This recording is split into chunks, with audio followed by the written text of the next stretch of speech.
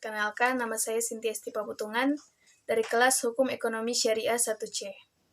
Kali ini saya akan memenuhi tugas dari mata kuliah Ilmu Sosial Budaya Dasar, yaitu membuat resume dari beberapa pembahasan yang telah kita bahas pada beberapa pertemuan. Baiklah, saya akan memulai dengan materi yang pertama, yaitu individu, keluarga, masyarakat, dan interaksi sosial.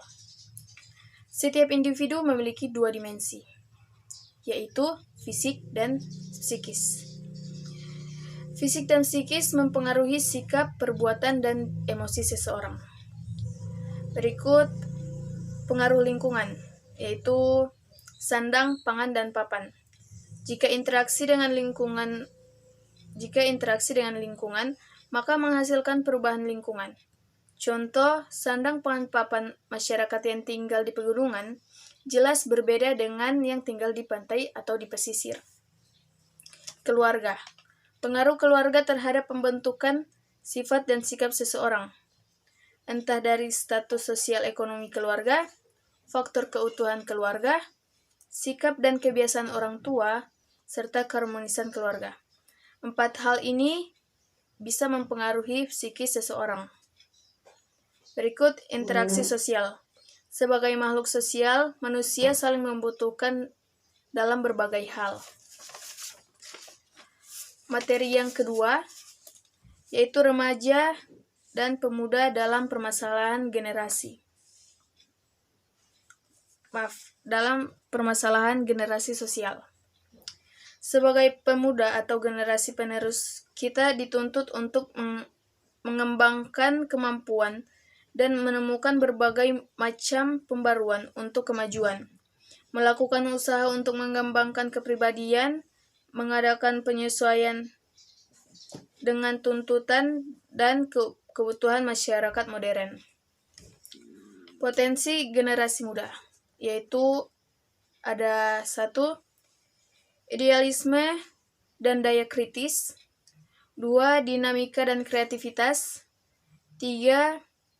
Keberanian mengambil keputusan atau resiko. 4. Optimis dan kegairahan semangat. 5. Sikap, kemandirian, dan disiplin murni. 6. Terdidik. 7. Keanekaragaman dalam persatuan dan kesatuan. 8. Patriotisme dan nasionalisme.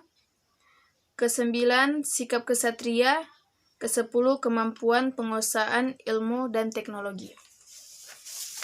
Kita lanjut pada materi 3, yaitu pemerintah, negara, dan warga negara dalam permasalahan demokrasi. Pemerintah yaitu negara memiliki kekuasaan dengan dasar dan tujuan tertentu. Bagaimana melaksanakan oleh siapa, untuk apa kekuasaan itu. Berikut negara dan warga negara. Syarat berdirinya suatu negara yaitu ada 3, yaitu memiliki wilayah tertentu, rakyat, serta pemerintah atau pemerintahan. Setiap warga negara adalah penduduk. Diatur dalam pasal 29 ayat 2. Berikut penduduk tidak selalu warga negara. Diatur dalam pasal 27 ayat 2. Selanjutnya 2 asas menentukan warga negara, yaitu ada asas ius soli atau asas dari daerah kelahiran. Kewarganegaraan seseorang ditentukan oleh tempat kelahirannya. Yang kedua, asas ius sanguinis atau asas keturunan. Kewarganegaraan seseorang ditentukan oleh keturunan dari orang yang bersangkutan.